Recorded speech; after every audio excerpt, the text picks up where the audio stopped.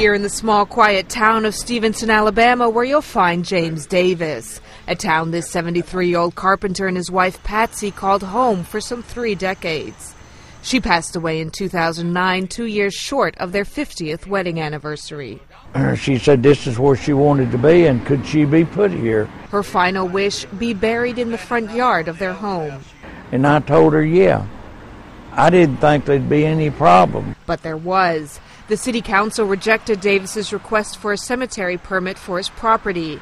The decision came after the county health department signed off on the burial, and Davis ignored it. Yeah, we tried to negotiate a settlement early on, but you have to realize that he didn't start this process until Mrs. Davis had already passed. The city filed suit and the case went to trial early this year. A court order now requires Davis to move his wife's remains to a licensed cemetery. They've got other grave sites here all over the place, and it shouldn't have been a problem. It's not the first family burial plot in Alabama, but the difference is city officials say it's on one of the main streets through town. We're not talking about a homestead. We're not talking about someone who's out in the country on 40 acres of land.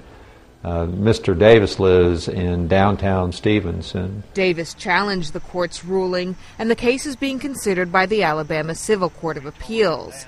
Joseph Snow, a law professor, says the case boils down to personal rights and the government's power to regulate private property. The United States Supreme Court has said that the states and then the cities through the states have the power to regulate. But if it goes too far, then the government's got to pay, and there are certain things that the government just doesn't have the power to do.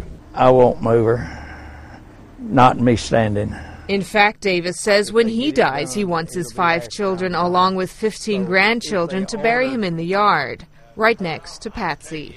Nicole Grether, The Associated Press.